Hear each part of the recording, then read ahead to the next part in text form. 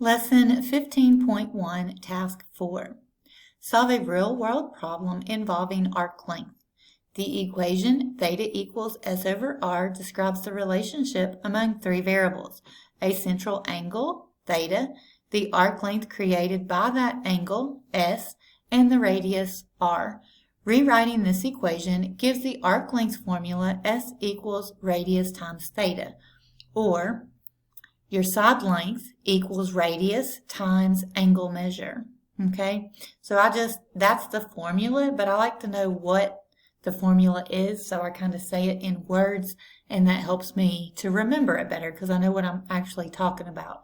So the side length equals my radius times my angle measure. All right, so here we go.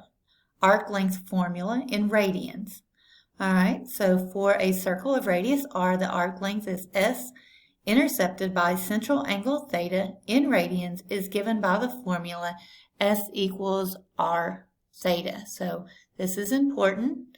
So that's one of your formulas that you will definitely see on the EOC, maybe even on the ACT. I'm not sure if it's on the ACT, but I know for a fact it should be on the EOC for this class. All right, so real-world problems involving circular rotation about a center point may involve arc length or the distance of an object traveled. Real-world problems may also describe angular velocity or the rotational speed of an object. The angular velocity of an object may be expressed as the angle measure through which an object rotates over the time it takes an object to travel along the arc. All right, for example, Jupiter has a radius of about 71,500 kilometers, and it's at its equator. All right, so remember the equator would be the center portion of Jupiter. All right, so what is the angular velocity in radians per hour of a point on Jupiter's equator? How far around Jupiter's axis does the point travel in 1 hour? How does this distance compare with the distance of about 40,075 kilometers traveled by a point on Earth's equator in 1 day? All right, so this gives us Jupiter's radius, and this talks about the difference between Jupiter and Earth. So how does the distance compare with the distance about 40,075 kilometers traveled by Earth in a day? So that's what we're going to look at. That's what we're trying to answer. All right, so if you look at the picture, it's kind of hard to see unless you blow it up. A point on Jupiter's equator makes a full revolution once every 9.9 hours. So a full revolution means it goes around 360 degrees in 9.9 hours. So it says find the angular velocity. The point travels 2 pi radians, which is 360 degrees, in 1 revolution. So a point on Jupiter's equator travels 2 pi divided by 9.9 radians per hour. This measure provides the angle of rotation in an hour.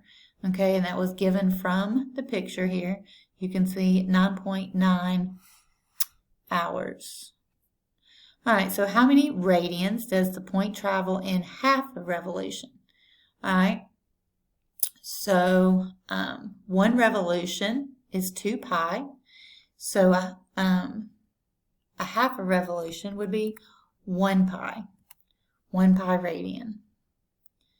All right, so it says find the distance traveled. The distance the point travels is the length of the arc S intercepted by the angle of rotation theta for the given interval of time. So here's our formula, S equals R theta. So we're going to plug in the 71,500. This was the given information from the very beginning, where it talked about Jupiter has a radius of this number here. And then we found this because it did 1 revolution in 9.9 hours. So we did the 2 pi, which is 360 divided by the 9.9, which gives us the angle measure that we're looking at. So if we simplify this, we're going to have about 45,378.6, Well, look how that relates to something else we've looked at. So 45,000, and it says, how does the distance compare with the distance of about 40,000 kilometers traveled by a point on Earth's equator in 1 day? So in 1 day, Earth travels about 40,000 kilometers. And this says Jupiter travels 45,000 kilometers in 1 hour. Wow, so it's just kind of spinning up there. So this is almost the same distance that a point travels around the Earth's equator in a day. Since there are 24 hours in a day, this means that a point on Jupiter's equator travels more than 24 times as fast as a point on Earth's equator. So that's something to think about. So what do you think if they have a sun and a moon, how many times in one 24-hour period would they see the sun and the moon? All right, that's all for task 4. If you have any questions, let me know.